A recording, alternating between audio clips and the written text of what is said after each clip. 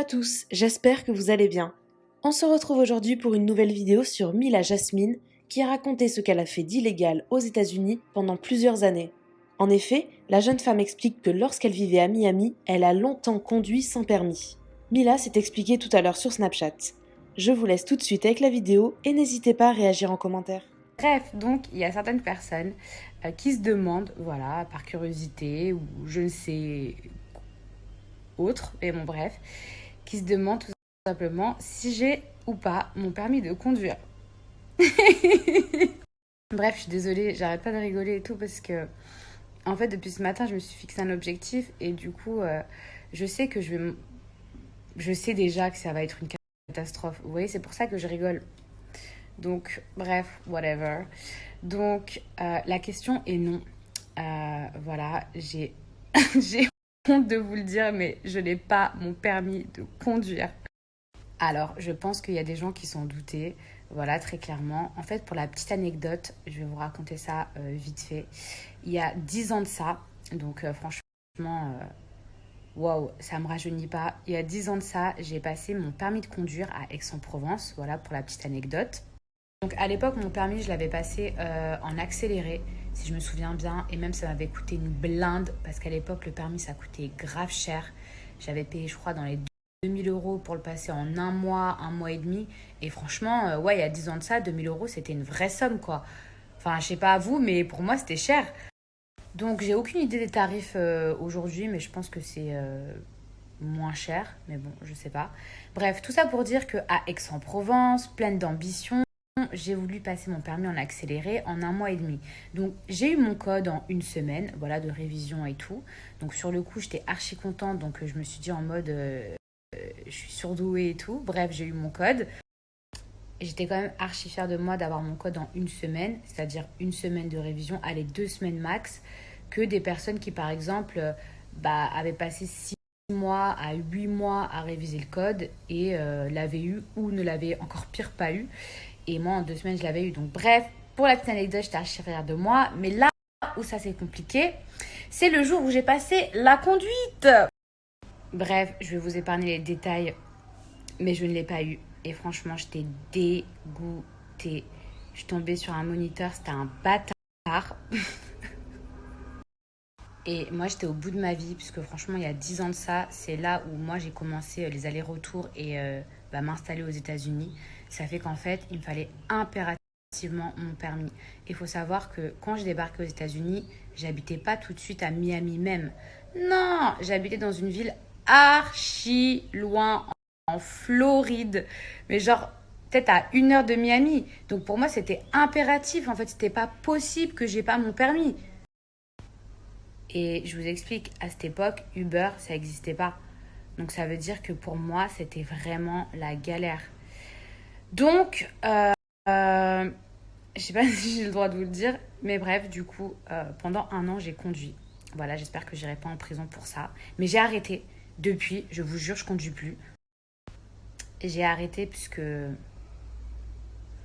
les prisons aux États-Unis, c'est pas les prisons en France. Même si je suis jamais allée en prison. Euh,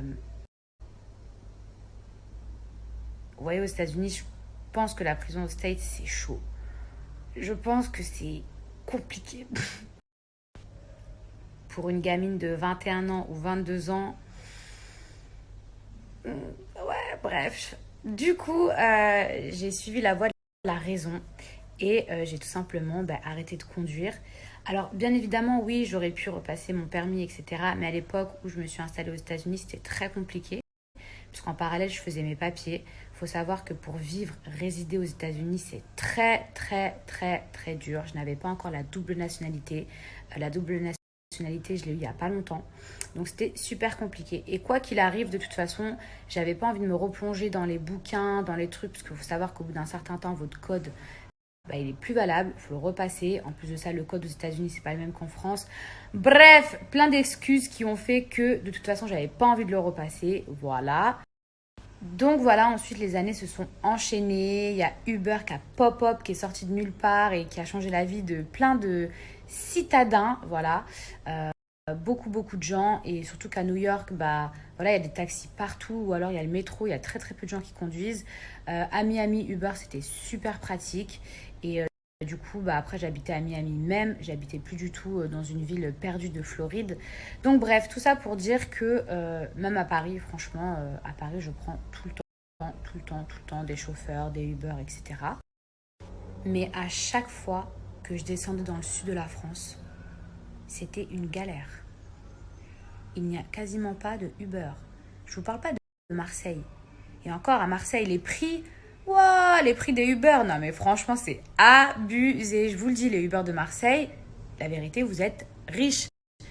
Je pense que vous gagnez beaucoup de sous parce que vos courses, ça coûte super cher. Marseille-Aix, c'est entre 80 et 100 euros. Je sais pas si vous vous rendez compte, la distance, c'est 20 minutes. 30 minutes maximum. Non mais mieux vaut prendre la navette.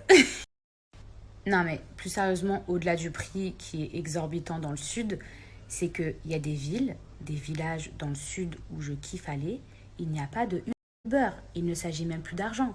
Il n'y a pas d'Uber. Et dans ces moments-là, vous vous rendez compte que tout le monde autour de vous dans ces villages, ils ont tous le permis à 18 ans. Et même pour moi, en fait, de ne pas avoir le permis à l'époque, je ne sais pas comment vous expliquer. Bon, déjà, j'habitais pas dans le sud, donc c'était pas très grave.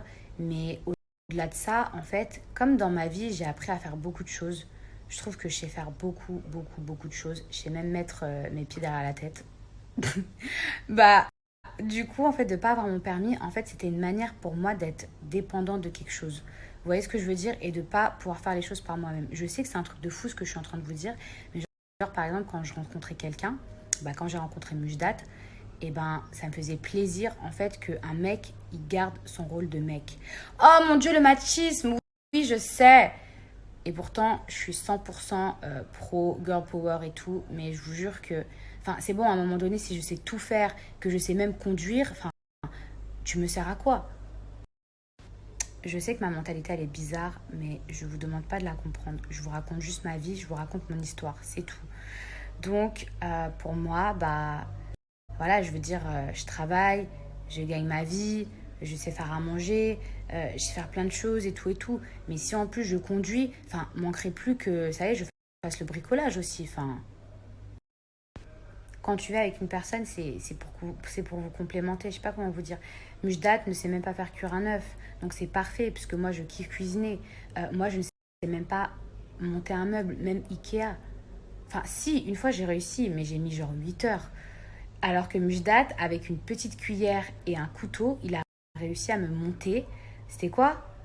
Une armoire. Bref, là n'est pas le sujet. On s'égare. Donc, tout ça pour revenir au sujet du permis, je me suis dit, franchement, Mila, t'as 30 ans. Wesh, j'ai 30 ans. Déjà, j'arrive même pas à croire que j'ai 30 ans. Pour moi, je suis toujours petite. Mais bref, j'ai 30 ans. La réalité est là. Même si dans la tête, on est jeune, sur les papiers, voilà. Donc, je me suis dit, non, là, en plus, pendant le confinement, les gens, ils sortent tous avec un nouveau talent. Vous voyez ce que je veux dire? Si tu sors pas avec un nouveau truc pendant ce confinement, c'est que vraiment, t'es une bonne à rien. Si t'as pas perdu 10 kilos, si t'es pas devenu un musclore du sport, si t'as pas appris une nouvelle langue, si t'as pas appris à jouer un instrument, si tu passes pas ton permis, c'est que vraiment t'es une bonne à rien. Mais je vous jure, dans notre vie, vous vous rendez pas compte que on n'aura jamais autant de temps pour nous-mêmes. Là, de se retrouver à la maison à rien faire, c'est un truc de malade. Avant, dans la vie de tous les jours, on était forcément interrompu par quelque chose. On avait un rendez-vous, il fallait qu'on aille faire un truc, on sorte avec les copains, enfin, vous voyez ce que je veux dire? Mais là, d'être enfermé H24 à la maison, mais si vous ne devenez pas un génie Einstein, j'ai vu des vidéos de gens qui ont appris à jouer du piano en un mois, qui ont appris le russe en 10 jours.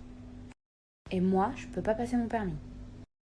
Donc voilà mes petits chats, mes petits snappers internautes, j'ai décidé en ce jour, mardi 27, attendez, mardi 28 avril 2020, je vous annonce qu'à partir d'aujourd'hui, je me mets à réviser mon code pour avoir mon code et mon permis.